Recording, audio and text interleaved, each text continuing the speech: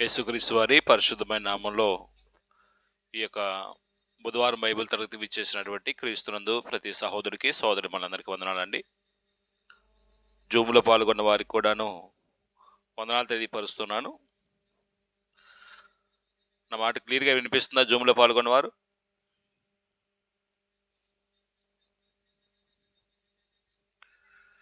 Okay. ఈ తరగతిలో మనం అపోస్తల కార్యాన్ని చదువుతూ ఉన్నాము. పౌలు మూడో సువార్త ప్రయాణం.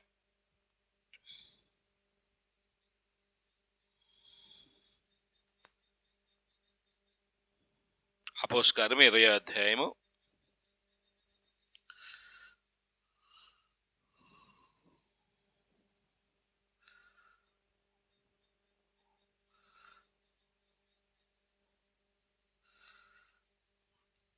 పద్దెనిమిదో అధ్యాయము 23 నుంచి మనకి మూడో సువార్త ప్రయాణం స్టార్ట్ అయినట్టుగా చూస్తాం.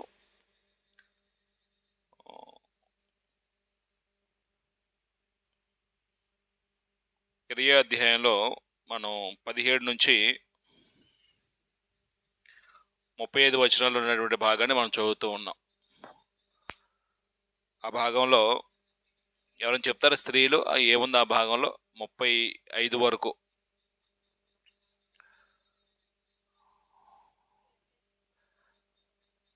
అంటే పౌలు మిలేతులో ఉన్నాడు.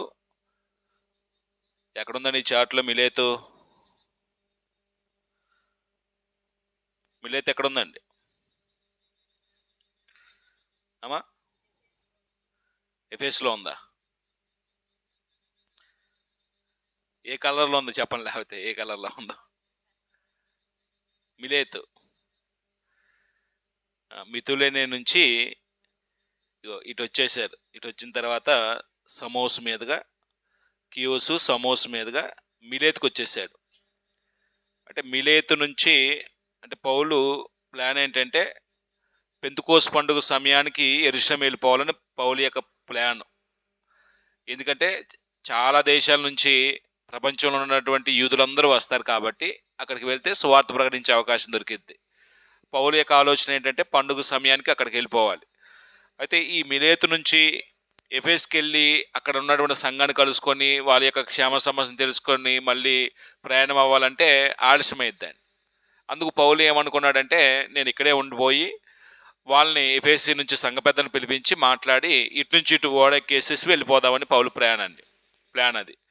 అప్పుడు మిలేతు నుంచి కబురు పంపించాడు ఎఫెసునకు. ఎఫెసీ నుంచి సంఘ పెద్దలను పిలిపించాడు. సంఘ పెద్దలతో మాట్లాడుతున్న విషయాన్ని మనం చదువుతూ ఉన్నాం. అంటే ఈ సంఘ పెద్దలతో మాట్లాడుతున్నప్పుడు ఏమేం చెప్పాడు అంటే ఆసియాలో కాలు పెట్టినప్పుడు ఆయన ఎలాంటి శ్రమలు ఎదుర్కొన్నాడో ఆయన శ్రమల గురించి చెప్పాడు. ఆయన ఏం ప్రకటించాడో సువార్త గురించి చెప్పాడు. ఆయన ఎలాగ ప్రకటించాడో ఆ విషయాన్ని కూడా చెప్పాడండి. అంటే ఆయన జీవితాన్ని గురించి చెప్పాడు, ఆయన బోధ గురించి చెప్పాడు, ఆయన పొందిన శ్రమల గురించి చెప్పాడు. 3 విషయాలు చెప్పాడు ఆయన. అప్పుడు మనం 28 నుంచి పోయిన వారం చదువుకుంటూ 33 వరకు వచ్చేసాం. అంటే 32 వరకు చదువుకున్నాం. అంటే 22 నుంచి చెప్తున్న విషయం ఏంటంటే దేవుడు తన స్వరక్తమిచ్చి సంపాదించిన తన సంఘమును కాయుటకు పరిశుద్ధాత్మ మిమ్మును దేని యందు అధ్యక్షులుగా ఉంచునో ఆ యావత్ మందను గూర్చియు మీ మటుకు మిమ్మును గూర్చియు జాగ్రత్తగా ఉండుడి అన్నాడండి. అంటే ఇప్పుడు దేవుడు అనే మాట అది తండ్రికి సంబంధించిందా? ఇక్కడే ఈ వచనం చెప్తుంది. యేసుప్రభువు వారికి సంబంధించిందా? తండ్రి స్వరక్తమిచ్చి అంటే రక్తాన్ని క్రయధనంగా చెల్లించాడా? యేసుప్రభువు రక్తాన్ని క్రయధనంగా చెల్లించాడా? యేసుప్రభువు వారు. అది మనం బైబిల్ చదువుతున్నప్పుడు అది మనం గుర్తించాలండి. అంటే దాని పెద్ద వివాదమే అవసరం లేదు. మన కొరకు ప్రాణం పెట్టి మన కొరకు చనిపోయింది ఎవరయ్యా అంటే యేసుక్రీస్తు వారు. ఎవరి చిత్తం జరిగించాడు అలాగ చనిపోవటం వల్ల అంటే తండ్రి చిత్తం జరిగించాడు. అది మనం కామన్గా ఆలోచించవలసినటువంటి చిన్న విషయం అండి. దానికి వివాదాలే అవసరం లేదు.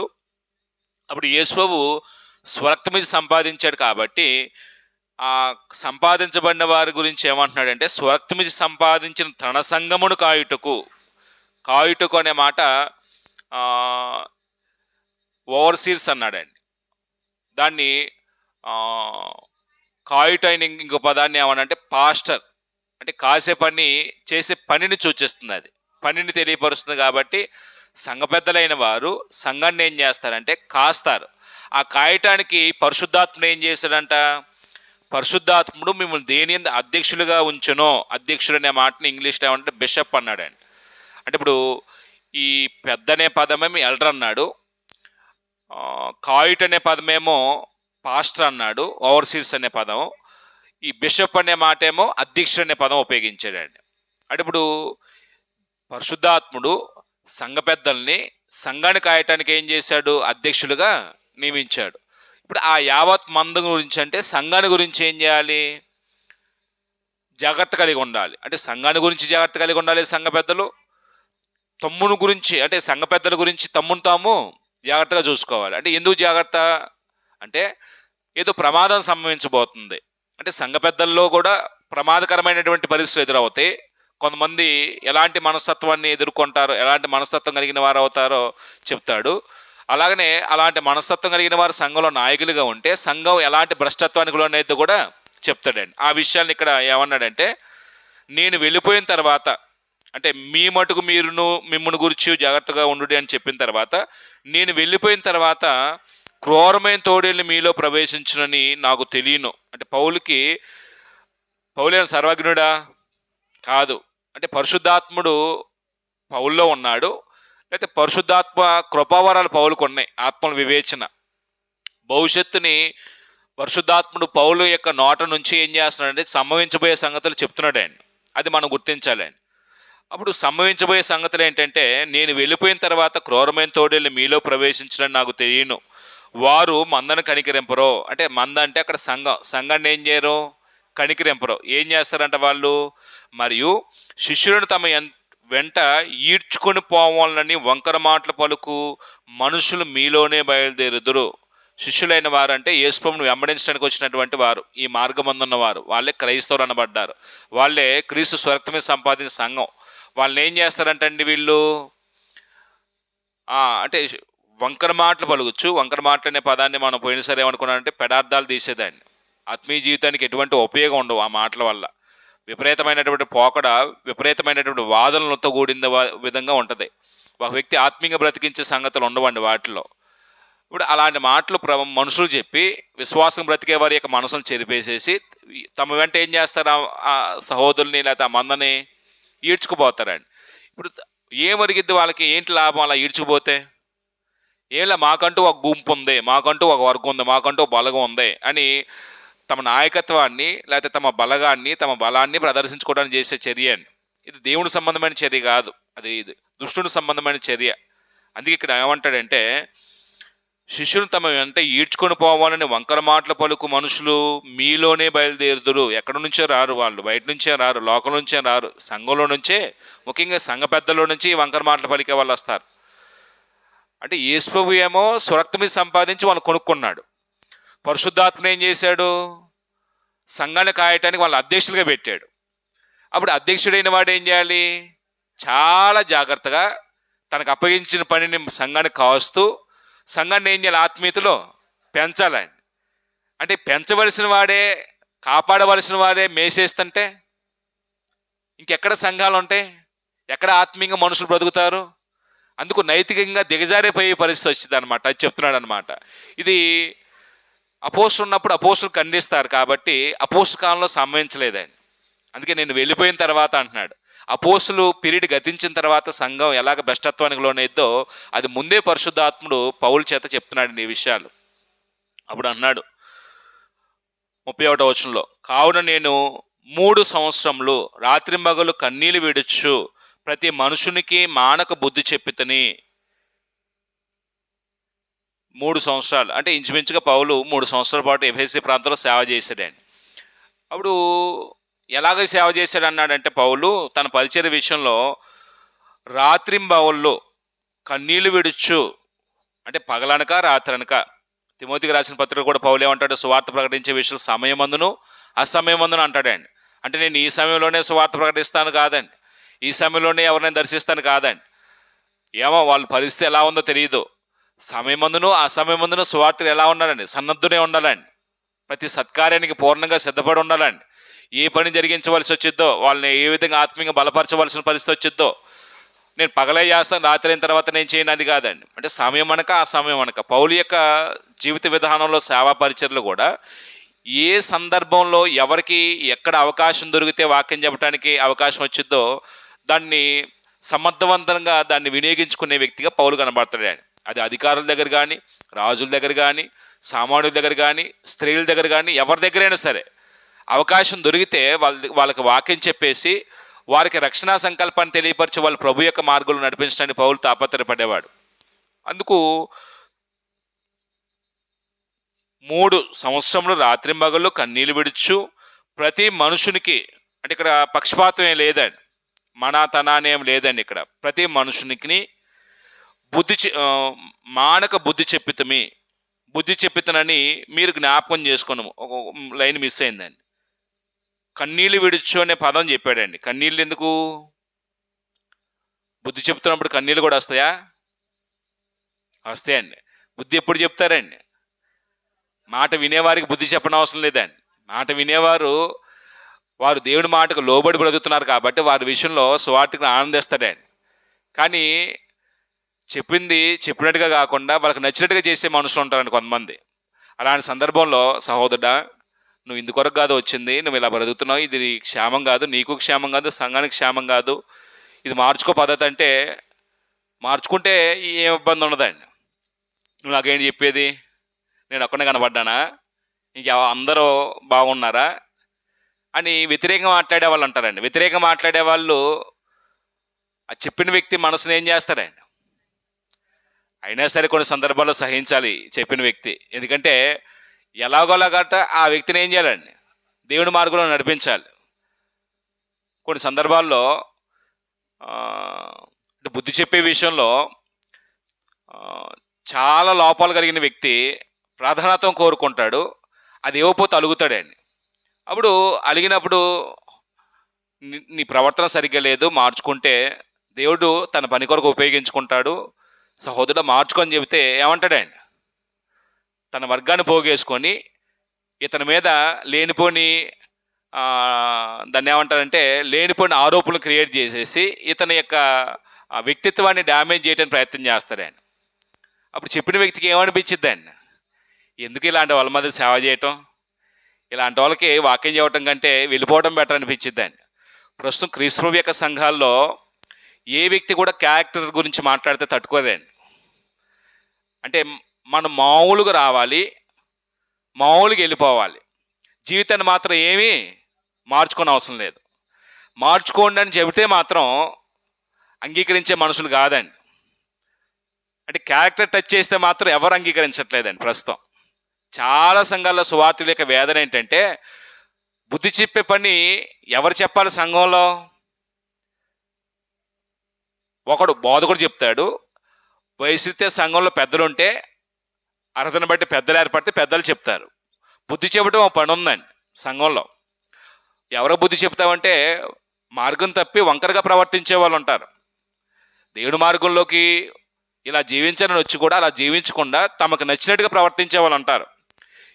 ఇప్పుడు అలా ప్రవర్తించడం వల్ల అతను ఒక్కడే నష్టపోతాడా? సంఘానికి మొత్తానికి నష్టం కొని తెస్తాడా? ఇప్పుడు ఒక ఆయన తాగేసేసి తిరుగుతున్నాడు, ఆదివారం వచ్చి ప్రార్థనకు వస్తున్నాడు. ఇప్పుడు ఏమంటారండి ఆయన్ని? అలాంటిది ఇలా సంఘం, తాగుబోతుల సంఘం ఇది అని అంటారండి. ఒక వ్యక్తే లోపం కలిగిన వాడే, కానీ ఆ వ్యక్తిని బట్టి ఏమంటారండి? టోటల్ ఉన్న 50 మందిని, 100 మందిని, 1000 మంది ఉన్న 1000 మందిని కూడా ఆ సంఘాన్ని ఏమంటారంటే తాగుబోతుల సంఘం అంటారండి. అప్పుడు తాగే వ్యక్తి దేవుని యొక్క మార్గంలో లేడు, దేవుని మార్గం తప్పి తిరుగుతున్నాడు కాబట్టి సరైన మార్గం తీసుకొని రావడానికి అతనికి ఏం చెప్పాలి? బుద్ధి చెప్పాలండి. ఆ బుద్ధి చెప్పినప్పుడు ప్రేమతో గద్దించి అతను సరైన మార్గం నడిపించడానికి ప్రయత్నం చేస్తాడండి. అప్పుడు చెప్పినప్పుడు అతను మార్చుకునే మనసు లేని వాడు ఏం చేస్తాడు? తిరుగుబాటు చేస్తాడండి. నువ్వు నాకు చెప్పేది ఏంటి? నీ పని నువ్వు చూసుకో, నాకు చెప్పిన అవసరం నాకు తెలుసుపో అంటాడండి. అప్పుడు చెప్పిన వ్యక్తి బాధ వేస్తుంది. అయినా సరే ఆ వ్యక్తిని సంపాదించడానికి ఏం చేయాలండి? గుండెలు దిగమింకొని కళ్ళం నీళ్ళు దొరుకుతాయండి, వాటిని అన్నిటి సహించి అతను ఏమన్నా పడి సహోదరు అది నీ మేలు కొరకే ఒకసారి ఆలోచించని చెప్పి వెళ్ళిపోవటమేనండి.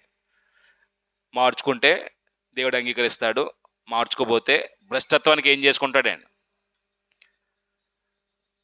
బుద్ధి చెప్పటం అంటే మీరు ఏమనుకుంటే ఒక మాట చెప్తానండి, ఆరాధనకి ఆలస్యంగా రావటం కూడా క్రమశిక్షణ కాదండి. ఇప్పుడు మనం బైబిల్ తరగతులు పెట్టుకుంటాం, బైబిల్ తరగతులు మానేసి ఖాళీకి తిరుగుతుంటాం. అప్పుడు అది కూడా ఒక క్రమేనండి. అంటే సంఘం ఒక కార్యక్రమం నిర్వహించుకొని సంఘంలో ఒక వ్యక్తి ఆత్మీయంగా కట్టబట్టడానికి దేవుడు ఈ వాతావరణం ఇచ్చినప్పుడు ఆ వాతావరణాన్ని ప్రాపర్గా వినియోగించుకుంటే నీతో పాటు మరి కొంతమంది బ్రతకడానికి దేవుడు ఒక వేదికని ఇచ్చాడు.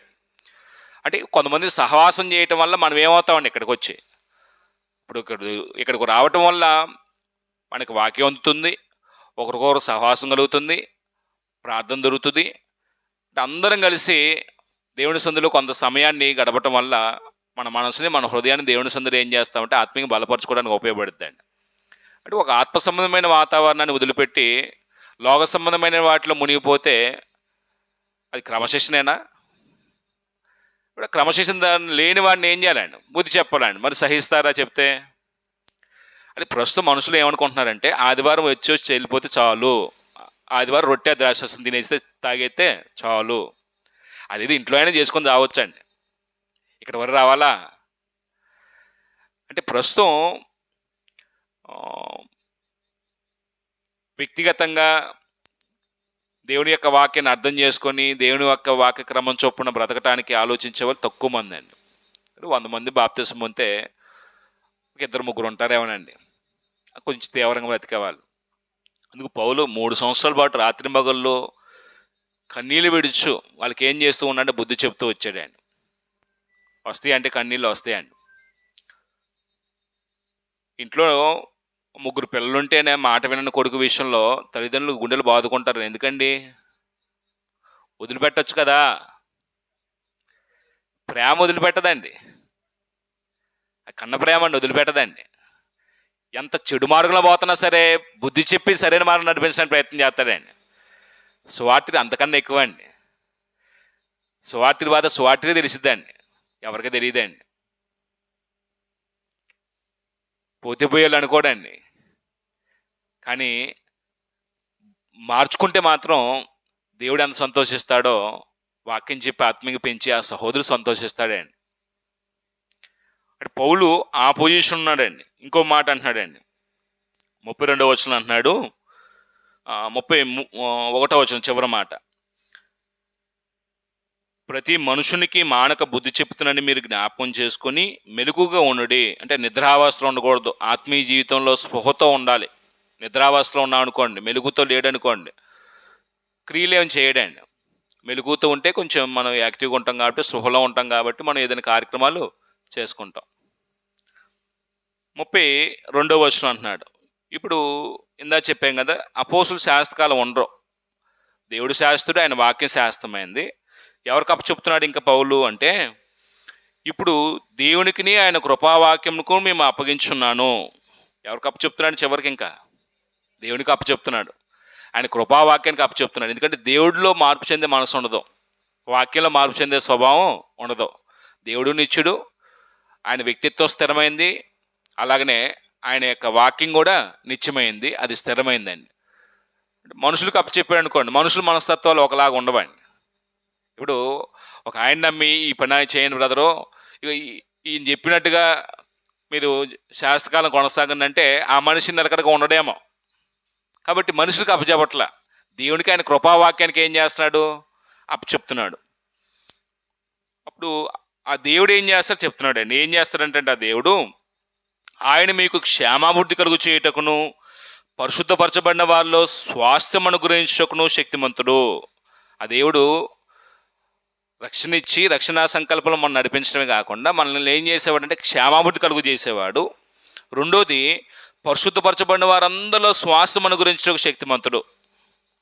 ఆయన కాపాడేవాడు, మనం రక్షించినవాడు, క్షేమాభివృద్ధి కలుగు చేసేవాడు, రేపు మనకి స్వాస్థ్యాన్ని అనుగ్రహించేవాడు. అంటే దేవుడు ఆయన నమ్మదగినవాడే కదా, దీన్ని బట్టి వీటన్నిటిని బట్టి ఆయన నమ్మదగినవాడండి.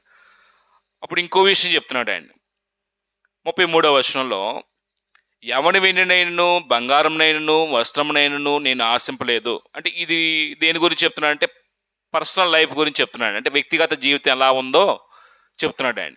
అంటే పౌలు ఎవరి దగ్గరైనా ఎఫెసీ ప్రాంతంలో సేవ చేస్తున్న దినాల్లో ఈ 3 సంవత్సరాల్లో ఎవరు వెండిని కానీ, ఎవరి దగ్గరైనా బంగారాన్ని కానీ, ఎవరి దగ్గర వస్త్రాలు కానీ ఆశించాడా?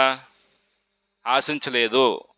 అంటే ఇప్పుడు సువార్త ప్రకటిస్తున్నప్పుడు సువార్త ప్రకటించడం అనేది పౌలు యొక్క బాధ్యత. ఆయన రుణస్తులని చెప్పాడు. ఆ రుణం తీర్చుకునే విషయంలో యూదుడికి రుణస్తుడే, అన్యుడికి రుణస్తుడే. ఆ రుణపడి ఉన్నాడని నమ్మి ఆయన ఏం చేస్తున్నాడు? ఉచితంగా పొందిందని ఉచితంగా ప్రకటించడానికి తీవ్రంగా ఉన్నాడు ఆయన. ఒకవేళ ఈ వచనం చదివిన తర్వాత లేకపోతే ఎవని వెన్నునైనను బంగారమునైనను వస్త్రములనైనను నేను ఆశింపలేదు, ఇది నిజమా అబద్ధమై ఉండిద్దా? నిజానికి అందుకు మీరే సాక్షి అంటారండి. ఒకవేళ అబద్ధం అనుకోండి, పౌలా ఇన్నిసార్లు అడగలా మా దగ్గర, నువ్వు ఇన్నిసార్లు అడగలేదయ్యా, ఎందుకయ్యా అబద్ధం ఆడతావు అని ఏం చేస్తారండి? వెంటనే అడుగుతారండి. కానీ పౌలు వాళ్ళ దగ్గర అడగలేదు కాబట్టి మీరే సాక్షి అంటాడండి. చదువుదాం చూడండి. నా అవసరం నిమిత్తము, అంటే నా అవసరత నిమిత్తమును నాతో ఉన్నవారి నిమిత్తమును ఈ నా చేతులు కష్టపడినప్పుడు మీకే తెలియను అనే మాట వాళ్ళకి తెలుసా లేదా? అంటే వాళ్ళే సాక్షులు అండి. మీకే తెలియను అంటే నేను అలాంటి వాడినో, మీ దగ్గర ఎప్పుడూ వెండిని ఆశించలేదు, బంగారాన్ని ఆశించలేదు, ఏ వస్త్రాన్ని ఆశించలేదు. ఆశించకపోవటమే కాదు, నా అవసరం తీర్చబడే విషయంలో నేను స్వహస్తాలతో కష్టపడి పనిచేశాను. నా దగ్గర ఉన్న వారి యొక్క అవసరం తీర్చడానికి కూడా ఈ స్వహస్తాలతో కష్టపడి పనిచేసి నా అవసరం తీర్చుకుంటూ ఇతరులకు అవసరం తీర్చే విషయం నేను కష్టపడ్డాను. ఆ సంగతి మీరే తెలియను, లేకపోతే మీకే తెలియను అన్నాడంటే పౌలు తన కొరకు కష్టపడేవాడు, తన దగ్గర ఉన్న వారి యొక్క అవసరం తీర్చే విషయంలో కూడా ఆయన ఏం చేసేవాడండి? కష్టపడేవాడండి. ఇక్కడ మనం ఏం సూత్రం నేర్చుకోవాలండి అంటే, బోధకుడు ఒకవేళ సువార్త ప్రకటిస్తున్నప్పుడు సువార్త ప్రకటించే విషయంలో ఎవరికి ఏం చేయకూడదండి? భారంగా ఉండకూడదండి. అంటే మీరు ఇస్తేనే నేను చేస్తాను సేవ అనే దృక్పథంతో సేవ చేయకూడదండి. మీరు నాకు భోజనం పెడితే నేను సేవ చేస్తాను, లేకపోతే నాకు చందా ఇస్తేనే నేను సేవ చేస్తాను, లేకపోతే నాకు వస్తువులు ఇస్తేనే నేను సేవ చేస్తాను అనుకోకూడదండి. ఎవరి మీద ఆధారపడి సేవకు రావాలండి? ఒకవేళ సేవకు వస్తే దేవుని మీద ఆధారపడి సేవకు రావాలండి. ఇప్పుడు ఏమి నమ్మి సేవకు రావాలండి? దేవుడు నన్ను పోషిస్తాడని నమ్మి సేవకు రావాలండి. 2, అంటే ఏ ఉద్దేశంతో సేవకు రావాలండి? దేవుడి మీద ఆధారపడి సేవకు రావాలి, దేవుడు నన్ను పోషిస్తాడని నమ్మి సేవకు రావాలి. ఏ లక్ష్యంతో సేవకు రావాలి? సువార్త పరిచర్యకు రావాలి ఒక వ్యక్తి. అది మీకు వేయవలసిన ప్రశ్న కాదు, అయినా కొంతమంది ఆలోచిస్తారని నేను వేసిన ప్రశ్న అండి. ఆ ఆత్మల సంపాదన అనే గురితోనే రావాలి తప్ప డబ్బు సంపాదించాలనే వ్యామోహంతో సేవకు రాకూడదండి. సువార్త ప్రకటించేది ఆత్మలు సంపాదించడానికా లేకపోతే డబ్బులు సంపాదించుకోవడానికా? అంటే పౌలు ఎప్పుడు డబ్బు ఆపేక్షతో సేవ చేసినట్టుగా ఎక్కడ కనపడదండి మనకి. ఇప్పుడు ఒకవేళ ఎఫెసీ ప్రాంతంలో డబ్బు ఆపేక్షతో సేవ చేస్తే ఈ మాట అనగలిగిన వాడా? అంటే ఇప్పుడు ఒకవేళ ఏదైనా ఆశించి చేశాడనుకోండి, ఇప్పుడు ఎక్కడైనా ఎవరైనా ఏదైనా ఆశించి సేవ చేసే వాళ్ళు ఉంటారు. ఆశించి సేవ చేసే వ్యక్తి ఎలా బోధిస్తాడు, ఏమి ఆశించకుండా వాళ్ళ దగ్గర సేవ చేసే వ్యక్తి ఎలా బోధిస్తాడు? తేడా ఉండిద్దా? 2 ఒకటేనా? ఆశించి సేవ చేసేవాడేమో వారికి అనుకూలంగా బోధ చేస్తాడు ఆయన. ఏదైనా మీ దగ్గర నుంచి నేను ఏదైనా ఆశించి అనుకోండి, మీకు అనుకూలమైన బోధ చేయడానికి నేను ప్రయత్నం చేస్తాను. మిమ్మల్ని నొప్పించే బోధ ఎప్పుడు చేయను, మీకు మనసును గాయపరిచే బోధ ఎప్పుడు నేను చేయను. ఏమి ఆశించకుండా సేవ చేస్తారు చూడండి, వెండిని కానీ, డబ్బును కానీ, పేరు ప్రఖ్యాతలు కానీ, లేకపోతే ఇంకేదైనా భౌతిక సంబంధం ఏదైనా ఆశించకుండా సేవ చేసేవాడు ఉన్నది ఉన్నట్టుగా బోధిస్తాడండి. ఇప్పుడు ఉదాహరణకి ఎవరినన్నా ఇప్పుడు ఇబ్బంది అవుతుందండి, అయినా మీకు అర్థం కావడానికి అంటున్నానండి. ఒక ఆయన ఉన్నాడు, పెద్ద ఆయన. ఇప్పుడు ఆయన వాళ్ళ అబ్బాయి పెళ్లి చేయాలనుకున్నాడు. పెళ్లి చేయాలనుకున్నప్పుడు జనరల్గా ఏం చూస్తారండి అమ్మా? అమ్మాయి కుదిరి, అంటే అమ్మాయి చూశారు, అన్నీ అయిపోయినాయండి, పెళ్లి రోజు పెట్టుకోవాలి. ఏం చూస్తారండి అమ్మా? అంటే ముహూర్తం చూసుకుంటారండి. నాలాంటి కరాకన్నీ చెప్పే ఒక సేవకుడు ఉంటాడండి. సహోదరుడా, దేవుడు ప్రతి రోజును మంచి రోజుగా సృష్టించాడు. మంచిది చెడదంటే ఏది లేదండి. ముహూర్తాలు చూడకూడదు మనము. ఎందుకంటే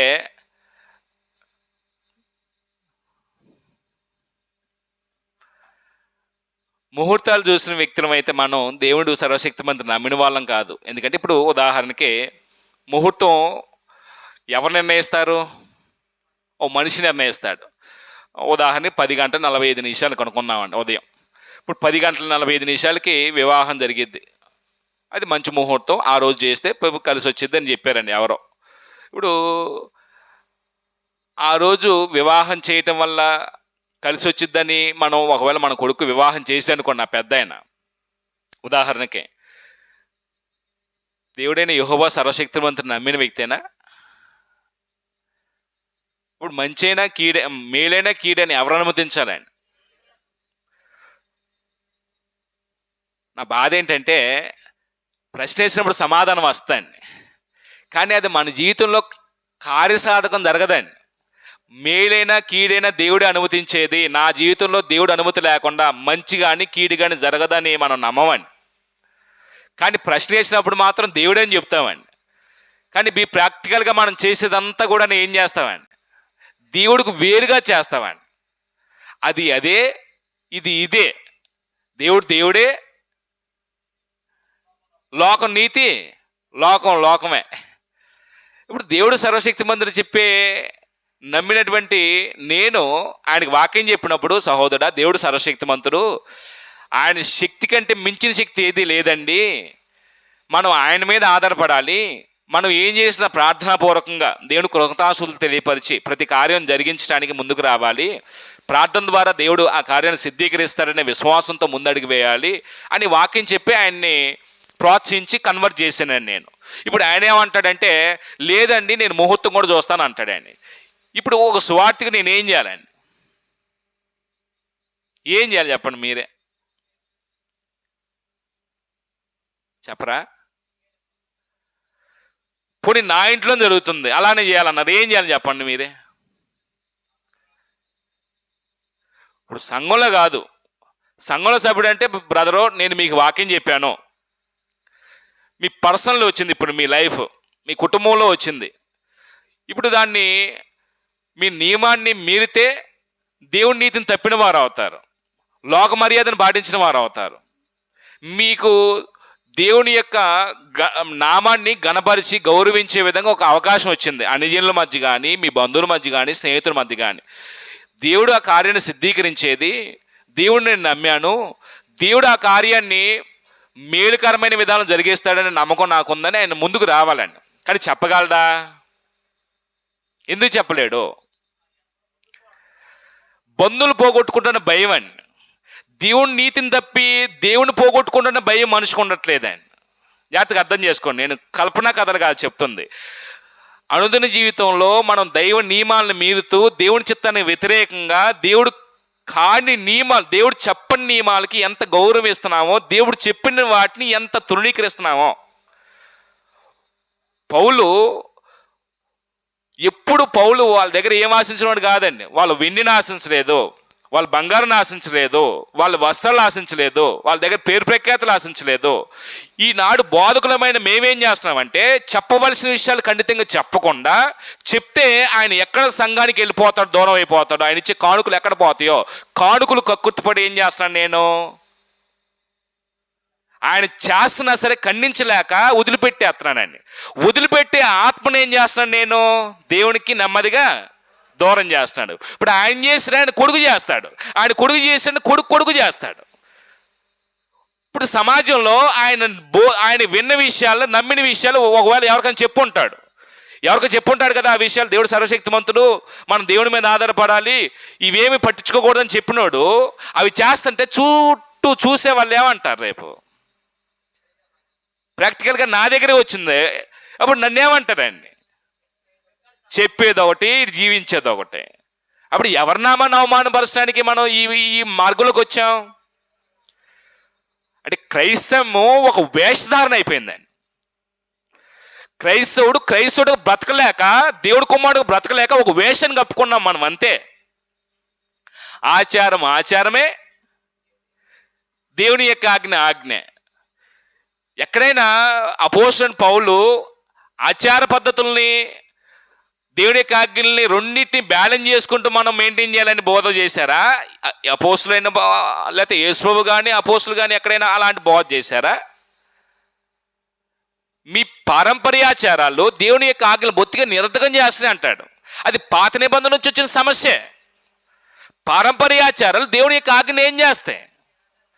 ప్రస్తుతం అలాంటి సేవకుల పరిస్థితి ఏమైపోయిందంటే, మనుషులిచ్చే ఆ కానుకలకి, ఆ గౌరవానికి, ఆ గుర్తింపుకి, ఆ ఘనతకి కక్కుర్తిపడి తప్పుని ఖండించలేక తప్పుడేం చేస్తున్నాం? మేము కప్పెట్టేస్తున్నాం. తప్పేంటి వాళ్ళు చేశారు కదా అంటున్నాం, తప్పేంటి వీళ్ళు చేశారు కదా అంటున్నాం, తప్పేంటి వీళ్ళు చేశారు కదా అంటున్నాం.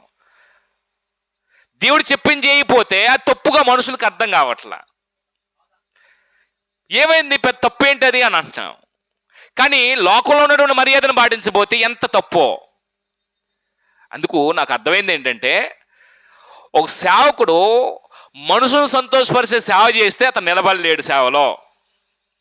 అది ఎవ్వరు అంగీకరించలేరు. యేసుప్రభువుని అంగీకరించారా? అపోస్తలులు అంగీకరించారా? ప్రవక్తలు అంగీకరించారా?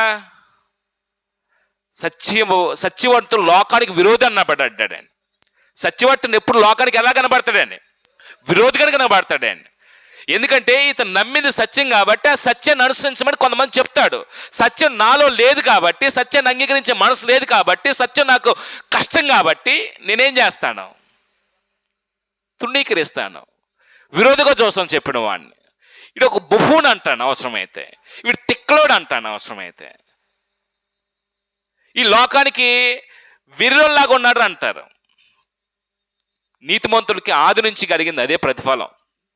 అంటే పౌలు యొక్క సేవా పరిచర్యను అపోస్తల కార్యాలను మనం చదువుతున్నప్పుడు ఎక్కడ కూడా మనుషుల దగ్గర ప్రతిఫలం ఆశించలేదండి. ప్రస్తుతం అలాంటి సేవకుల పరిస్థితి అదేండి. ఇప్పుడు నేను ఎందుకు ఖండితంగా బోధించలేకపోతున్నాను? ఎక్కడ మనుషులు పోతారో భయం, ఎక్కడ మనుషులు సత్యానికి దూరం అవుతారో భయం. మనుషులను చూస్తాను తప్ప నాకు ఒక ప్రాణం పెట్టిన ప్రభువుని చూడట్లేకపోతున్నాను. నాకు ఒక గొప్ప సంకల్పం చేసిన దేవుడిని నేను చూడలేకపోతున్నాను. దేవుడు సంతోషపరిచే బోధ చేయలేకపోతున్నాను. యేసుప్రభు యొక్క మార్గాన్ని ఉన్నదన్నట్టుగా ప్రకటించలేకపోతున్నాను. ప్రస్తుతం మా లాంటి బోధకుల పరిస్థితి అయిపోయిందండి. కానీ అపోస్తలుడైన పౌలు యొక్క సేవా పరిచర్య విషయంలో ఎన్నో ఆటుపోట్లని స్వజనుల వల్ల ఆపదలు, అన్యజనుల వల్ల ఆపదలు, ఉపద్రవాలు, వ్యతిరేకతలు, రాళ్ల దెబ్బలు, కొరడా దెబ్బలు, ఉపవాసాలు, జాగారాలు. ఎందుకని ఇవన్నీ? పౌలు ఏ తప్పు చేశాడని? మనుషుల్లో ఉన్నటువంటి చెడుని తీసేయడానికి ప్రయత్నం చేసినప్పుడు చెడుని తీసుకేసుకోలేని మనస్తత్వం కలిగిన మనుషులు ఏం చేస్తారండి? తిరుగుబాటు చేస్తారండి. అది ఎవరైనా సరే. అపోస్తలుడైన పౌలు ఎప్పుడు మనుషులు సంతోషపరిచిన బోధ చేయాల. అలాంటి బోధకులు ప్రస్తుతం మనుషులు సంతోషపరచని బోధ చేయటం ప్రారంభించాం. అందుకే మనుషులో ఉన్నటువంటి తప్పుల్ని సహోదరా చేయకూడదు, అది తప్పు అని ఉన్నదన్నట్టుగా చెప్పలేని దౌర్భాగ్యమైన పరిస్థితి వచ్చేసింది. వాక్యం వెళ్ళిపోదాం. అప్పుడు ఇంకో విషయం అంటున్నాడండి. అంటే నా అవసరం నిమిత్తమును నాతో ఉన్నవారి నిమిత్తమును ఈ నా చేతులు కష్టపడినవని మీకే తెలియను. అంటే ప్రతి మనిషి కష్టపడి ఏం చేయాలండి? పని చేయాలండి. పని చేయకుండా భోజనం తినటం అనేది దేవుని యొక్క నియమానికి విరుద్ధం అండి. పని చేసే భోజనం తినాలి. పని చేయని వాడు భోజనం తినడానికి యోగ్యుడు కాదండి. నువ్వు ఏదో పని చేయి, కూలి పనికి వెళ్తావో, జీతానికి ఉంటావో, చిన్న ఉద్యోగం చేసుకుంటావో, పెద్ద ఉద్యోగం చేసుకుంటావో, అది నీ వ్యక్తిగతంగా నీతిని జరిగించేది ఏదైనా సరే, అది ధర్మం తప్పంది ఏదైనా సరే స్వహస్తాలతో కష్టపడి పని చేయాలి. ఇంకా దేవుని కుమారుడికి ఇచ్చిన గొప్ప ఆధిక్యత ఏంటంటే ఆయన అవసరాలు తీర్చుకోవటమే కాకుండా అక్కడ గలవాడి యొక్క అవసరం కూడా ఏం చేయాలంటాడండి? తీర్చాలంటాడండి. పౌలు చేసింది అదే అండి. అప్పుడు ఇంకో విషయం చెప్తున్నాడండి. మీరును ఇలాగూ ప్రయాసపడి బలహీనలు సంరక్షింపవలననియు. బలహీనలు ఏం చేయాలంటండి? బలహీనల మీద భారం పెట్టకూడదండి. బలహీనని వేళకోళం మాట్లాడకూడదండి. బలహీనని చిన్న చూపు చూడకూడదండి. బలహీనని తృణీకరించకూడదండి. అంటే బలహీనత కలిగిన వారు ఇద్దరు ఉంటారండి సంఘంలో. బలహీనలు అనేదేమో విషయాల మీద అవగాహన లేనప్పుడు చేయకుండా వాటిని కూడా ఏం చేస్తారండి. బలహీనత కలిగిన వాళ్ళు ఉంటారు. బలహీనత కలిగిన వాళ్ళు అంటే ఎవరండి సంఘంలో?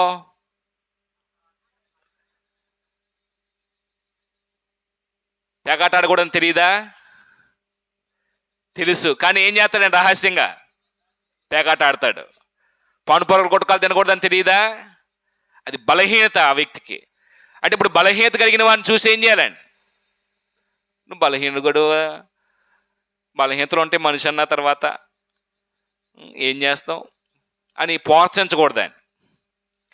ఆ బలహీనత కలిగిన వారిని ఏం చేయాలంటే ఆ తప్పిదాల్ని దిద్దుకొని బ్రతికే విధంగా ప్రేమతో ఏం చేయాలండి? హెచ్చరించాలండి. అంటే బలహీనత కలిగిన వాడు అంటే విషయాలు తెలుసు, కానీ బ్రతుకు మాత్రం మార్చుకోరు. ఉన్నారండి అలాంటి వాళ్ళు సంఘాల్లో. అవి బాధాకరమైన సంగతి అండి. బలహీనకి ఏమో ఆ విషయాల మీద అవగాహన ఉందండి. ఎలా చేయాలో, ఎలా ఉండాలో, ఎలా నడుచుకోవాలో కొన్ని విషయాల మీద స్పష్టత ఉన్నదండి. అంటే ఈ బలహీనలు కొంచెం వాక్యం అందే కొద్దీ ఈ బలహీనలు ఏమవుతారంటే కొంచెం బలవంతులు అవుతారండి. జయించగలిగే శక్తికి వస్తారండి. పడిపోకుండా నిలబడే శక్తికి వస్తారండి. బలహీనత కలిగిన వాళ్ళు ఉంటారండి, ఇంకా మార్చుకోలేరండి. వాళ్ళు ప్రతిదానికి అబద్ధం ఆడతారండి. అది బలహీనత కాదా? మళ్ళీ ఎంతమందికి ఉందండి అలవాటు? ప్రతి దానికి అబద్ధం ఆడటం, నోరు తెలిస్తే అబద్ధం ఆడటం. అవన్నీ బలహీనతలేనండి మనలో. అవన్నీ మార్చుకోవాలండి. మన దేవుని కుమారులం కదండి. యేసు ఎప్పుడైనా అబద్ధం ఆడాడా? మరి మనం ఎందుకు అస్తమానం అబద్ధం ఆడతాం? అంటే ఇవన్నీ మనిషి బలహీనుడు అని ఏం చేస్తున్నామండి? ఆ బలహీనతలను కొనసాగుతున్నామండి. వాక్యం విన్నా కూడా ఇంకా బలహీనుడేనా? వాక్యం వినే కొద్ది మనలో ఏమవ్వాలండి? ఆత్మీయంగా బలం ఉండాలండి. పుట్టిన బిడ్డలే వెంటనే నడవలేడు. తల్లిపాలు తీసుకొని బలహీనమైన ఆహారం నుంచి కొంచెం బలమైన ఆహారంకి వచ్చేసరికి ఏం చేస్తాడండి? పడుతూ లేస్తూ ఉంటాడు. ఒక వయసు వచ్చిన తర్వాత ఏం చేస్తాడండి? పరిగెత్తాడండి. అంటే ఇప్పుడు మనం పాలు తాగే వయసులో ఉన్నామా? పరిగెత్తే స్థాయిలో ఉన్నామా? మరి బలమైన ఆహారం తినే స్థాయిలో ఉన్నామా? ఇంకా పాలు తాగే స్థాయిలో ఉన్నామండి. ఇంకెక్కడ బలమైన ఆహారం అండి? బలమైన ఆహారం తినే స్థాయికి రాలేదండి. ఇంకా పాలు తాగే పిల్లలమేనండి మనం, పసిపిల్లలమేనండి మనం. బందెడుతున్నామండి ఇంకా. కదలలేక కాళ్ళు చేతులు కొట్టుకుంటున్నామండి అలా ఇలా ఇలా ఇలా. అప్పుడు ఇంకో మాట అంటాడండి. ఏమంటాడంటే, మీరిలాగున ప్రయాసపడి బలహీనలు సంరక్షింపవలననియు పుచ్చుకోండు కంటే ఇచ్చుడు ధన్యము అని ప్రభువైన యేసు చెప్పిన మాటలు జ్ఞాపకం చేసి కొనవలననియు అన్ని విషయంలో మీకు మాదిరి చూపుతానని చెప్పాను. అంటే అన్ని విషయాలు ఏం చూపించండి? పౌలు మాదిరి చూపించాడు. ఇక్కడ ఏమంటాడంటే, పుచ్చుకోండు కంటే ఇచ్చుడు ధన్యముని ఎవరి దగ్గర నేర్చుకున్నాడంటండి? యేసు ప్రభు దగ్గర నేర్చుకున్నాడు. యేసు చెప్పినటువంటి మాటని ఆయన అభ్యాసం చేశాడంటండి. అంటే పుచ్చుకోవటం కంటే ఇచ్చుడు ధన్యం.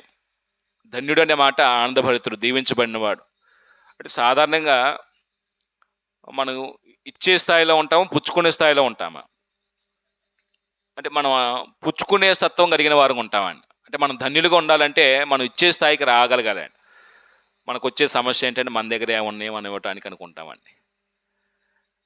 కరెక్టే, మన దగ్గర లేకపోయినా సరే ఉన్న దాంట్లోనే ఏం చేయాలండి? ఇచ్చే గుణాన్ని పెంచుకోవాలండి. అంటే అది మనసు అండి, అంతే. ఇప్పుడు మనసు లేనుడు ఎంత ఉన్నా ఇవ్వలేడండి. అది ఎవరు చెప్పిన సూత్రం? పుచ్చుకొంటు కంటే ఇచ్చుడు ధన్యమని. అది ప్రభు చెప్పినటువంటి నియమం అండి. అంటే ప్రభు చెప్పిన మాట అది తప్పిపోదండి. ధన్యుడు, దీవించబడిన వాడు ఎప్పుడు అవుతాం? తీసుకోవటం అనేది అలవాటు చేసుకొని దేవునికి ఇవ్వకుండా పోవటం, దేవుని కార్యక్రమానికి ఇవ్వకుండా పోవటం అనేది మన వర్ధిల్లే జీవితానికి సూచన కాదండి. అంటే ఇవ్వటం అనేది అది దేవుడిచ్చిన గొప్ప గుణం అయితే, అది దేవుని స్వభావం అయితే, దేవుని దగ్గర నుంచి మనకు వచ్చింది అయితే, మనం ఇస్తూ ఉంటే దేవుడు మనల్ని ఏం చేస్తాడండి? దీవిస్తూ ఉంటాడండి. ఇప్పుడు మనకు వచ్చిన ఇందా ప్రశ్నే, మన దగ్గర లేవు కదండి ఏమి ఇస్తాం అనిపించిందండి. ఉన్న దాంట్లోనే దేవునికి ఇవ్వాల్సిన భాగాన్ని ఇచ్చే విషయంలో ఏం చేయకూడదండి? మనం వెనుకాడకూడదండి. అందుకే మనం పాత నిబంధన చదువుతున్నప్పుడు పోషించేది ఎవరండి? వాస్తవానికి దేవుడేనండి. మీరు మనం నిర్గమకాండం సంఖ్యాకాండం చదువుతున్నప్పుడు ఎక్కువ కూర్చుకోవడానికి ఎక్కువ లేదంటే, తక్కువ కూర్చుకొని తక్కువ ఏం కాలేదంటే అండి. ఎక్కువ కూర్చుకున్నాడండి, నాలాంటి కరువు పోతాడు. ఏమైందండి? అది పురుగులు పట్టిందండి. ఏనాడి బెత్తం ఆ రోజే కూర్చుకున్నారండి, కొంతమంది తక్కువ కూర్చుకున్నారండి. ఏమైనా తగ్గిందండి వాళ్ళకి? కడుపు ఖాళీ అయ్యి ఆకలితో చచ్చారండి? తక్కువ కూర్చుకున్న తక్కువ కాలేదంటే, ఎక్కువ కూర్చుకున్న ఎక్కువ కాలేదంటే. అంటే పోషించేది ఎవరండి? తృప్తి నిందించేవారు ఎవరండి? దేవుడండి. అందుకే ఈ 2 వచనాల్లో 34, 35 వచనాలు మనం చదువుతున్నప్పుడు మనం ఎవరికి అభ్యంతరకరంగా ఉండకూడదండి, ఎవరికి భారంగా ఉండకూడదండి. సంఘంలో కూడా మనం మన సంబంధ బాంధం ఎలా ఉండాలంటే, వీళ్ళు కొంచెం డబ్బున్నోళ్ళు కదా, వీళ్ళతో సహాయం చేస్తే మనకి ఏదైనా కలిసి వచ్చింది, వాళ్ళు కొంచెం బలంగా ఉంది కదా, వాళ్ళతో సహాయం చేస్తే మనకు కలిసి వచ్చింది, ఈ కోణంలో సహాయం చేయకూడదండి. అంటే అలాగ సహాయం చేస్తున్నాం అంటే మనం ఇంకా పూర్తిగా మారు మనసు పరిపక్వమైన స్థితికి రాలేదండి. దేవుని కుమారుడనే ఆ గుర్తింపుతోనే మనం సహవాసం చేయాలి. అతనితో సహవాసం చేస్తూ నేను దేవుని గుణాలు పెంచుకోవాలనే ఈ గుర్తుని రావాలి తప్ప, డబ్బు ఉందనో, బలగం ఉందనో, లేకపోతే బాగా వీళ్ళ వల్ల మాకు ఉపయోగం ఉందనో వీటితో సహవాసం కుదరకూడదండి. అంటే ఒకవేళ మనం వాళ్ళకి సహాయం చేస్తే మిగిలిన వాళ్ళకి ఎలా ఉంటామండి? సంఘంలో అభ్యంతరకరంగా ఉంటామండి. పౌలు వాటిని ఆశించి వచ్చి సేవ చేయలేదండి. ఎఫెసీ సంఘంలో డబ్బును కానీ, వెండిని కానీ, బంగారాన్ని కానీ ఏమీ ఆశించలేదండి. దానికి మీరే సాక్షులు అన్నాడండి. అంటే మనం కూడా అంటే మంచి సాక్షి జీవితం ఉండాలండి. ఈ సహోదరుడు విశ్వాసనే దృక్పథంతో సహవాసం చేస్తున్న మాతో తప్ప, మా దగ్గర ఏం ఆశించి సహాయం చేయట్లేదనే మంచి సాక్ష్యం ఉండాలండి. సంఘంలో ఏదైనా పరిచయం చేసే విషయంలో, మనం ఏదైనా నిర్ణయించుకున్నప్పుడు ఇచ్చే విషయంలో, ఈ సహోదరుడు లోపం లేకుండా కష్టపడి దేవుని పరిచయకు సహకరించే మనస్తత్వం కలిగిన వాడనే ఆ గుర్తింపు ఉండాలండి. అవి ఈయన మాట తప్పేవాడండి, ఈయన ఇచ్చేవాడు కాదండి, సహకరించేవాడు కాదండి అని ఇలాంటి అపనిందలు మన మీద మోపబడకూడదండి. ఇతరులకు అలాగ అభ్యంతరకరంగా ఉంటామండి. అప్పుడు చివరి భాగంలో 36, 38 వచనాలు చదివి ముగించుకుందాం ఈ పేరాని. ఇక్కడ ఏమంటాడంటే, అతడిలాగా చెప్పి మోకాల్లోని వారందరితో ప్రార్థన చేసును. అంటే ఇదంతా ఎక్కడ జరుగుతుందండి? ఈ మిలైతు దీపులోనే జరుగుతుందండి. ఈ మిలైతులోనే జరుగుతుంది. సంఘ పెద్దలు వచ్చారు, ఇక్కడ సంఘం సహోదరులు అందరు కలుసుకున్నారండి. అప్పుడు అతడిలాగా చెప్పి కంగులోనికి వచ్చేసారు, ప్రసంగం అయిపోయింది. మోకాళ్ళుండి వారందరితో ప్రార్థన చేసినాం. అంటే సహోదరులు అందరితో కలిసి ఏం చేశారండి? ప్రార్థన చేశారండి. అప్పుడు ఆ ప్రార్థన అయిపోయిన తర్వాత, అంటే ప్రార్థనలో కూడా వాళ్ళ యొక్క మానసిక స్థితి ఎలా ఉండిందంటే, పౌలు ముందు చెప్పిన మాటలు ఒకసారి గుర్తు తెచ్చుకోండి. మనం ఈ ఈవెంట్ చదువుతున్నప్పుడు ఏం చెప్పండి పౌలు వారితో? పరిశుద్ధాత్మ ఆయన గురించి ఏం చెప్పాడు? ప్రతి పట్టణంలో ఆయన కొరకు ఏం పొంచున్నాయి? బంధకాలు పొంచున్నాయి. ఇప్పుడు ఎఫెస్ నుంచి ఆయన యెరూషలేము వెళ్ళబోతున్నాడు. అక్కడ ఎలాంటి పరిస్థితులు ఎదురవుతాయి అని పరిశుద్ధాత్మ చెప్పాడండి. అమ్మా, ఆయన బంధించబడతాడు, ఆయన శ్రమల పాలు గురవబోతాడు అనే విషయాన్ని పరిశుద్ధాత్ముడు తేడాగా చెప్తున్నాడండి. ఆయన బంధించబడబోతున్నాడు, ఆ బంధకాల వల్ల ఆయన ప్రాణం పోయే పరిస్థితి వచ్చింది. అందుకే అది గుర్తు తెచ్చుకొని పౌలు ఏమన్నాడంటే, నా ముఖం చూస్తారనే ఆశ నాకు లేదు, మీరు చూస్తారని కానీ నేను మిమ్మల్ని మళ్ళీ కలుసుకుంటాననే ఆశ నాకైతే లేదు. మీలో ఎవరిని ఆశ నిమిత్తం నేను కారుకుని కాదు, ఎందుకంటే దేవుని సంకల్పం అంతా మీకు ఏం చేశాను? ప్రకటించాను. నేనేమీ దాచుకోవాలా. ఇంకా ఆ సంకల్పాన్ని బట్టి బ్రతకకుండా మీరు తప్పిపోతే మీ నాశనంతో మీరే పాత్రులు అని ఈ మాటలు చెప్పిన తర్వాత వాళ్ళందరి హృదయాలు ఏమవుతాయండి? చాలా బరువెక్కుతాయండి. ఎందుకంటే ఇంచుమించు 3 సంవత్సరాలు సేవ చేసి వాళ్ళకి వాక్యం చెప్పి దుర్మార్గులుగా ఉన్న వారిని సన్మార్గం నడిపించి దేవుని పిల్లలుగా వారిని ఒక రూపంలోకి తీర్చిదిద్దిన తర్వాత, మాకు వాక్యం చెప్పి మమ్మల్ని ఆత్మీయంగా బ్రతికించిన సహోదరుడు ఇంక మేము చూడలేమేమో, మేము ఆయన ముఖాన్ని ఇంకా చూడలేమేమో, ఒక దుఃఖకరమైనటువంటి హృదయంతో, గుండెలు బరువెక్కినటువంటి భావోద్రేకంతో ఆ ప్రార్థనలో వాళ్ళందరూ ఏం చేసి ఉంటారండి? ఏడ్చి ప్రార్థన చేసి ఉంటారండి. అక్కడ చూస్తే తర్వాత మాటలు అదే ఉంటుంది చూడండి. అక్కడ ఏమంటాడంటే, అప్పుడు వారందరూ చాలా ఏడ్చిరి. అంటే ఈ ప్రార్థన చేసిన తర్వాత అందరి మనసుల్లో ఒకలాంటి భావోద్రేకాలు, దుఃఖంతో ఉన్నటువంటి హృదయాలు మనసులో ఒక లాంటి విషాద ఛాయలో అలుముకున్నాయండి. ఆ విషాద ఛాయల్లో నుంచి వచ్చినటువంటి ఒక మాట ఏంటంటే, అప్పుడు వారందరూ చాలా ఏడ్చిరి. మీరు ఇక మీదట నా ముఖం చూడని అతడు చెప్పిన మాటకు విశేషంగా దుఃఖించు. అంటే పౌలు ఇంకా వాళ్ళకి కనబడరు, పౌలు ముఖం ఇంకా వాడు చూడరు అనే మాటకి వాళ్ళు తట్టుకోలేకపోయారంటండి. విశేషంగా ఏం చేశారండి, అందరూ దుఃఖించారండి. అంటే అందరి మనసులో దేవుని ప్రేమ నిండుంటే, ఒక సహోదరు ఎడవాటైతే, ఒక సహోదరు దూరం అయితే ఇలాంటి దుఃఖం వచ్చిద్దండి. పౌలు ఎక్కడోడండి, వీళ్ళు ఎక్కడండి? పౌలు దేవురు, వీళ్ళ దేవురు. పౌలు ఎక్కడ? కిడికియా తార్సు అండి. ఏదండి ఇది? పౌల్ది ఇదిగోండి, ఇదండి కిలికియాలోని తార్సు పట్టణస్తుడండి. ఇదో దేశం. సంబంధం ఏంటండి పౌలుకి వాళ్ళకే? కేవలం దేవుని ప్రేమ వాళ్ళ హృదయంలో ఉందండి. పౌలు దేవుని మనసు కలిగి వాళ్ళ దగ్గరికి వచ్చి వాక్యం చెప్పాడు. ఆ దేవుని మనసుతో వాళ్ళు స్వీకరించారు. వాళ్ళ మనసులో వీళ్ళ మనసులో ఏమైనాయండి? దేవుని ప్రేమతో నింపడ్డాయండి. అంటే వాళ్ళ మానసిక స్థితి ఎంత ఉన్నతంగా ఉందంటే, వాళ్ళ మధ్య ఉన్న భావోద్రేకాలు, సువార్థికుడు సంఘ సభ్యుల మధ్య ఉన్నటువంటి సంబంధ బాంధవ్యాలు, వాళ్ళ మధ్య ఎలాంటి ఆరోగ్యకరమైన వాతావరణం ఉందో చూడండి. ఇప్పుడు అలాంటి బాంధవ్యం ఉందండి సహోదరికి సహోదరుల మధ్య, సువార్థికుడికి సంఘానికి మధ్య అలాంటి ఆరోగ్యకరమైనటువంటి సంబంధ బాంధవ్యాలు ఉన్నాయండి. పౌలు ఆ మాట చెప్పినప్పుడు ఒకసారి ఆ సిచ్యువేషను మనం ఊహించుకుంటే మన గుండెలు కూడా బరువు ఎక్కుతాయండి, కళ్ళెం నీళ్ళు తిరుగుతాయండి. మాకు వాక్యం చెప్పిన సహోదరుడు, ప్రభువా దేవా ఇంతకాలం మాకు వాక్యం చెప్పాడు, ఆయన మేము చూడలేమేమో, ఇంకా ఒకవేళ నీ చిత్తమైతే ఆ పరలోకంలో నీ సన్నిధిలో మేము ఆయన చూడగలిగే భాగ్యాన్ని, ఆయనతో కలుసుకోగలిగే భాగ్యాన్ని మాకు దయచే అని పౌలు కూడా వాళ్ళ విషయంలో ఏం చేసి ఉంటాడండి, తండ్రి అప్పగించిన పని మేము జరిగించాను, వీళ్ళు మీకు అప్పచెప్తున్నాను, నేను వెళ్ళిపోతూ మీ దగ్గరికి వస్తున్నాను, మరలా వాళ్ళని కలుసుకోగలిగే అవకాశం ఇవ్వని దేవుడికి ఏం చేసి ఉంటారండి వాళ్ళందరూ. అంటే ప్రార్థన అంతా రాయలేదండి, ప్రార్థన చేశారనే మాటతో ముగించేసాడండి. అప్పుడు ఆ మాటలు చెప్పిన తర్వాత వాళ్ళందరూ దుఃఖించి పౌలు మెడ మీద పడి అతను ముద్దు పెట్టుకొని వారు ఓడ వరకు అతను సాగనంపరి. పౌలు మెడ మీద పడిపోయారండి, మెడ మీద పడి ముద్దు పెట్టుకొని.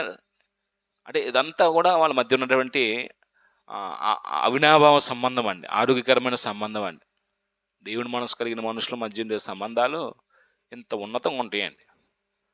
ఇప్పుడు నేను ఒక తండ్రికి పుట్టిన పిల్లల మధ్య, తల్లిదండ్రుల మధ్య, భార్యాభర్తల మధ్య ఇలాంటి బాంధవ్యాలు ఉన్నాయండి. ప్రస్తుతం అంతా యాంత్రికమైనటువంటి ప్రేమ అయిపోయిందండి, యాంత్రికమైన ప్రేమ అండి. వాళ్ళ దగ్గర ఏదైనా అవసరం ఉంటే అది పొందుకునేంత వరకు ఉంటాం వాళ్ళతో.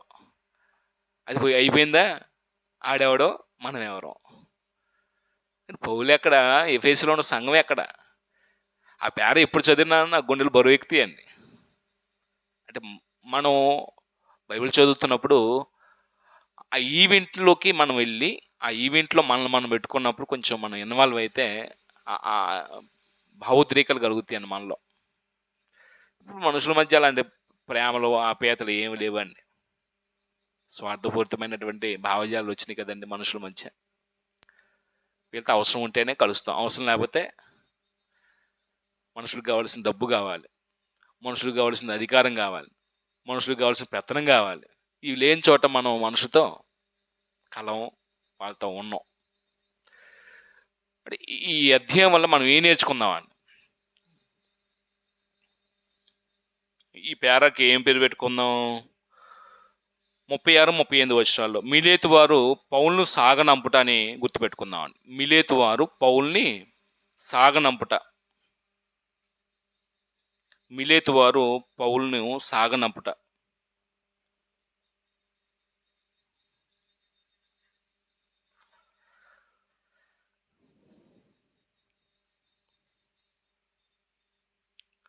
మిలేతు వారు పౌల్ని సాగనంపుట. ఎప్పుడైనా మనకు వాక్యం చెప్పిన సహోదరుడు మనల్ని ఆత్మీయంగా పెంచిన సహోదరుడు మన దగ్గర నుంచి దూరం అయితే అలా మోకాళ్ళు ఏం చేయాలండి?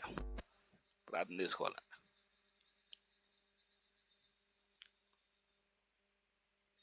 ఈ అధ్యాయం ఏ మాట చేత గుర్తుపెట్టుకుందామండి? ఈ 20 అధ్యాయాన్ని మనం ఏ మాట చేత గుర్తుపెట్టుకుందాం? పౌలు ఎఫెసీ సంఘ పెద్దలతో మాట్లాడట అనే ఆ మాటని గుర్తుపెట్టుకుందాం. పౌలు ఎఫెసీ సంఘ పెద్దలతో మాట్లాడుట.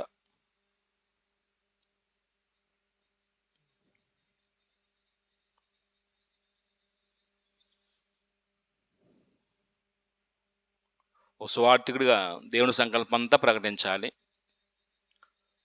ఏది దాచుకోకూడదు.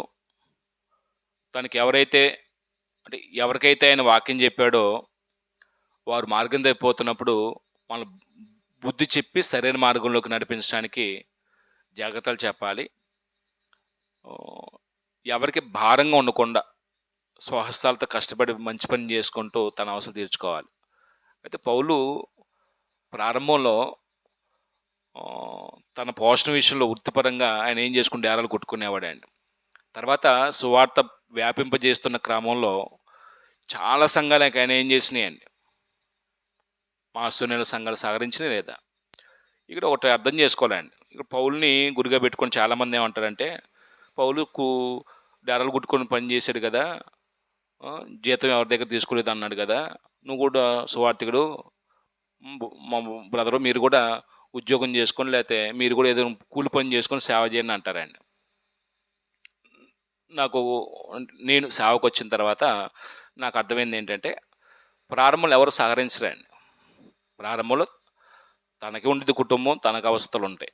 ప్రారంభంలో ఎవరో సువార్థికి ఆయన పోషణ విషయం ఆలోచించరండి. పౌలుకు కూడా ఎవరో అంత సహకరించి ఉండరు. స్వాస్థాలతో కష్టపడి పని చేసుకున్నాడు. సువార్త బాగా పెరుగుతుంది. అంటే ఎక్కువ మంది కాంట్రాక్ట్స్ దొరికినాయి, వాళ్ళకి వాక్యం చెప్పాలి. అప్పుడు వాక్యం చెప్పేటానికి సమయం వాక్యం చెప్పేందుకు సమయం ఎంత ఇవ్వాలి, తన పోషణకి కుటుంబానికి ఎంత ఇవ్వాలి, బ్యాలెన్స్ చేసుకునేటానికి సమయం ఉండిద్దా? ఏమండి? కష్టమైద్దండి. అప్పుడు సువార్థికుడేమో ఇందాక చెప్పిందే మళ్ళీ, సువార్థికుడేమో నేను ఆత్మలు సంపాదించడానికి వచ్చాను, సువార్త ప్రకటించడం గురిగా పెట్టుకొని ఆత్మలు సంపాదించడం ప్రయాసపడాలి. ఆయన లక్ష్యం అయితే దేవుడు నన్ను పోషిస్తాను నమ్మకంతో పని చేస్తూ ఉండాలి. వీళ్ళు ఇస్తేనే నేను సేవ చేస్తాను, నన్ను పోషిస్తేనే, జీతం ఇస్తేనే, లేకపోతే అది ఇస్తేనే ఇది ఇస్తేనే నేను సేవ చేస్తాను అనుకోకూడదండి. నమ్మి సేవ చేస్తూ ఉండాలి. అయితే సువార్థిడిగా నాకు అర్థమైంది. అప్పుడు సంఘం ఏం చేయాలండి? ఇప్పుడు సంఘం యొక్క పాత్ర ఏంటంటే, సువార్థికుడు సువార్త వల్ల పోషించబడాలి కదా. మమ్మల్ని ఆత్మీయంగా పెంచే సహోదరుని మేము ఎంతవరకు పోషిస్తున్నాం? పోషించే పాత్ర మాది కదా అని ఎవరు ఆలోచించాలండి? అది సంఘం ఆలోచించాలండి. సువార్త చెప్పకూడదండి, నాకు జీతం సరిపోవట్లేదు, నాకు పెంచండి, నా అవసరం తీర్చబడట్లేదు, నాకు సహాయం చేయండి, నాకు ఇల్లు గడవట్లేదు, నాకు కొద్దిగా సహాయం చేయండి అడుక్కోకూడదండి. ఎప్పుడైనా మీ దగ్గర నాకు కుటుంబం గడవట్లేదు, నాకు సహాయం చేయని అన్నానండి? మీటింగ్స్ విషయంలో మాత్రం, చర్చ్ బిల్డింగ్ స్థలం తీసుకోవడం మాత్రం మీ దగ్గర అడిగానండి. నా పిల్లడు బాగోలేదు, నా భార్య బాగోలేదు, నాకు బాగోలేదు, లేకపోతే నా ఇల్లు గడవట్లేదు, ఏదైనా సహాయం చేయడం ఎప్పుడు అడిగానండి? నేను ఇల్లు కట్టుకుంటున్నాను, కొద్దిగా సహాయం చేయని అడిగానండి? నేను దేవుని పని మీద, అంటే దేవుని పని చేయడానికి వచ్చానండి. ఏ పని చేయడానికి అంటే నాకు ఆ కెపాసిటీ లేదు. కొంతమంది చేసేవాళ్ళు ఉన్నారండి, కొంతమంది సామర్థ్యం ఉన్న వాళ్ళు ఉద్యోగం చేసుకుంటారు, సేవ చేస్తారండి. కానీ నాకు ఆ క్యాపబిలిటీ లేదండి, సామర్థ్యం లేదండి. కొంతమంది సలహాలు ఇచ్చారండి, రెండు చేసుకో బాగుండిద్దండి. నాకు అంత సామర్థ్యం లేదండి, రెండు చేయలేనండి, నాకు బ్యాలెన్స్ కుదరదండి. సేవ చేస్తాను, సేవ కొరకే బతుకుతాను, సేవ చేసి చచ్చిపోతానండి. అయితే ఎప్పుడు దేవుడు నన్ను పొస్తుంచలేదండి. ఎప్పుడు నన్ను అయ్యా నాకు సహాయం చేయనని ఎవరి దగ్గరికి వెళ్ళి ఎప్పుడు నన్ను యాచించే స్థితికి దేవుడు దిగజార్చలేదండి. ఆయన పోషించడండి, ఆయన పని చేస్తే. ఓ మాట చెప్పాలంటే, ఇచ్చే స్థితిలో ఉంచాడు తప్ప దేవుడు నన్ను అడుక్కు తినే స్థితిలో ఉంచలేదండి. ఆయనకి అసాధ్యమైనది ఏముందండి? ఏమని చెప్పండి? ఇచ్చింది ఆయన కదా! ఆయన ఇచ్చింది మళ్ళీ ఆయనకి ఇస్తున్నాం మనం. దాని కొరకు ఎందుకండి మనం బాధపడేది? అంటే గొప్పల కొరకు కాదని చెప్తుంది ఈ విషయాలు. ఇవ్వటం కూడా గొప్ప వరం అండి. అది మనకు అవ్వలేదండి, చాలామందికి అవ్వలేదండి. మన సొంత కార్యాలకి ఏమైనా ఖర్చు పెట్టుకుంటాం, ఎంతైనా ఖర్చు పెట్టుకుంటాం. దేవునికో అంటే నేర్పించకపోతే నేను పాపం చేసిన వాడిని అవుతానండి. మీకు నేను నేర్పించబోతే, చెప్పబోతే నేను పాపం చేసిన వాడిని అవుతానండి. అందుకే ఈ విషయం మీకు తెలియాలండి. మీరు నమ్మండి, నమ్మపోండి. నమ్మితే చేస్తారు, నమ్మకపోతే చేయరండి. అది వ్యక్తిగతం అండి. తిరిగిపోతే మాత్రం చేయరండి. తెలిసిన తర్వాత మాత్రం చేసే విషయంలో మన సాధన ఉండిద్దండి. అది రెండోది. ప్రతి దాని విషయంలో దేవుని మాత్రమే మనం చూడగలగాలండి. దేవుని మాత్రం మనం సంతోషపరచడానికి ప్రయత్నం చేయాలండి. ముగించుకుందాం. మీ మనసులో కొంచెం నొప్పించాను, సారీ. ఎందుకంటే ఈ విషయాలు ఈ అద్దె ఎప్పుడు చదివినా ఏడుపు వచ్చిద్దండి నాకు. ఓకే, ప్రార్థన చేసుకుందాం.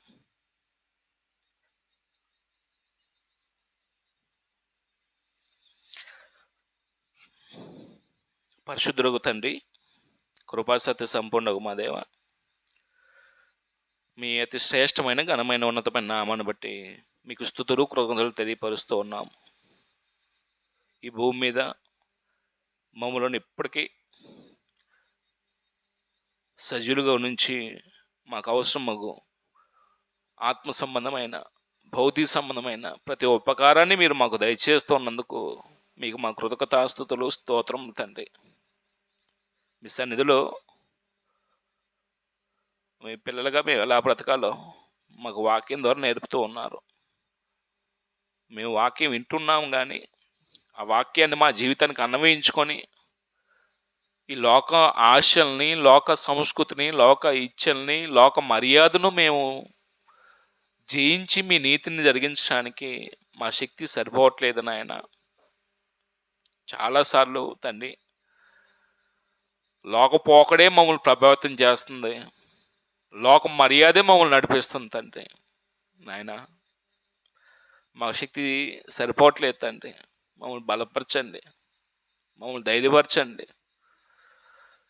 మీ నీతిని జరిగించే విషయంలో మమ్మల్ని ఏర్పాటు చేసుకున్నారు.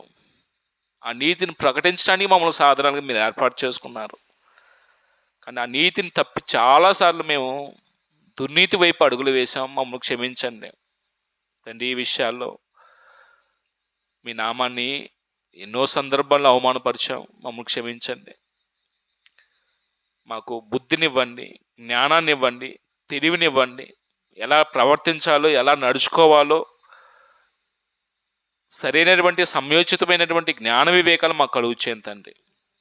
రాత్రి సమయంలో ఇలాగా అపోస్తకార్యం బైబిల్ తరగతిలోని ఎన్నో విషయాలు పౌలు సేవా పరిచర్యలో అప్పుడున్న సంఘాలకి, సవార్థికుడికి ఉన్న సంబంధ బాంధవ్యాలు, ఎంత అవినాభావ సంబంధం, ఎంత ఆత్మ సంబంధమైన భావజాలాలు, హృదయాల్లో మీ ప్రేమ కుమ్మరించబడ్డప్పుడు ఒకరి పట్ల ఒకరు నేను ఎలాంటి గౌరవ మన్ననలు కలిగి ఉన్నారో మేము చదువుతున్నప్పుడు మాకు ఎందుకు ఆ జ్ఞానం కలగలేదు, ఎందుకు అలాంటి ఆత్మీయ జీవితం మాకు లేదో నాయన ఇప్పటికీ మాకు నాయన అర్థం కావట్లేదు నాయన.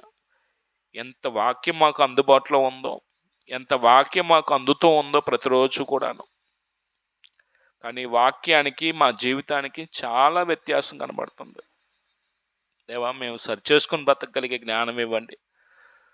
మీ బిడ్డలు ఎలా బ్రతకాలని మీరు కోరుతున్నారో అలా బ్రతికే విషయంలో మాకు స్థిరమైన బుద్ధి, జ్ఞానం, వివేకాలు కలుగు చేయండి. ఈ రాత్రి తరగతిలో పాల్గొన్న ప్రతి సహోదరిని, సహోదరి మనల్ని ఆన్లైన్లో పాల్గొన్న వారిని మీరు దీవించండి, ఆస్వాదించండి. మీ మాటలు మాకు జ్ఞానాన్ని కలుగు చేస్తాయని, తెలివిని, బుద్ధి, వివేకాలను మాకు కలుగు చేస్తాయండి. బుద్ధి లేని వారికి బుద్ధి కలుగు చేస్తారని మేము నమ్ముతూ ఉన్నాం తండ్రి. పశుప్రాయులను మమ్మలను నాయన మీ ఉన్నతమైనటువంటి గుణశీలత కలిగిన వ్యక్తులుగా నాయన తయారు చేసేందుకు గొప్ప సూత్రాలు ఇచ్చారు. మేము వినువారు మాత్రమే ఉండకుండా వాటిని మేము అంగీకరించి బ్రతికే జ్ఞానం ఏమని మీ సన్నిధిలో మరోసారి మా కుటుంబాలను, స్థానిక సంఘాలని, గ్రామాన్ని మీ చేతికి అప్పచెప్తూ ఉన్నాం. సహోదరులు, సోదరిమణులు వారి వారి కుటుంబాల్లో వారికి ఉన్నటువంటి ప్రతి సమస్యని మీరు జ్ఞాపకం చేసుకొని వారికి కావాల్సిన ఆదరణ ఇవ్వండి, నెమ్మది కలుగు చేయండి తండ్రి. ప్రతి కుటుంబంలో అనేకమైన సమస్యల చేత బాధించబడుతున్నారు. వారికి కావాల్సిన ధైర్యాన్ని, నిబ్బరాన్ని కలుగు చేయండి తండ్రి. కృప చూపించండి తండ్రి. నాయన మీ సన్నిధిలో ముఖ్యంగా కొన్ని కుటుంబాల్లో ఆరోగ్యపరమైన సమస్య చేత బాధించబడుతున్న సోదరిమణులు ఉన్నారు, సహోదరులు ఉన్నారు. సంఘంలో జరిగితే కలిగే కార్యక్రమాలకు పాల్గొనలేని నాయన పరిస్థితులు కొంతమంది విశ్వాస సంబంధమైన జీవితంలో చాలా బలహీనంగా ఉన్నారు తండ్రి. నాయన సంఘం అంతా కలిసి ఇలాగ మంచి సహవాసంలో వాక్యం వింటే అది అంత మేలో. కానీ ఇక్కడ కలిసి సహవాసంలో పాల్గొనవలసిన వారు లోక సంబంధులతో లోకంలో కలిసిపోయే పరిస్థితిలో కొట్టుమిట్టాడుతూ ఉన్నారు తండ్రి. వారు అందరి విషయంలో మేము ప్రార్థన చేస్తున్నాం. కృప చూపించండి, ఆదుకోండి తండ్రి. ఇంత వాక్యం మాకు అందుతూ ఉన్నా మేము మారలేకపోతున్నామంటే అది మా లోపమే నాయన. ఈ విషయాలు నాయన విని అర్థం చేసుకొని గ్రహింపుతో బ్రతుకుతూ మీరు ఆశించే ఫలవంతమైన జీవితం జీవించగలిగే జ్ఞానమేమని తిరిగి మా నివాసాలకు వెళ్తుండగా మాకు మీ కాపుదలు ఇస్తారని మరొక అనుకూల సమయం అందు ఇలా కలుసుకొని ఆత్మీయ విషయాలు నేర్చుకోగలుగుటకు కృప చూపించమని యేసుక్రీస్తు వారి పరిశుద్ధ నామంలో ఈ మనవులు మీకు సమర్పించి వేడుకుంటున్నాం తండ్రి. ఆమె ప్రభునామమున మీ అందరికీ వందనాలండి. సోదరికి సోదరి మనకి అందరికీ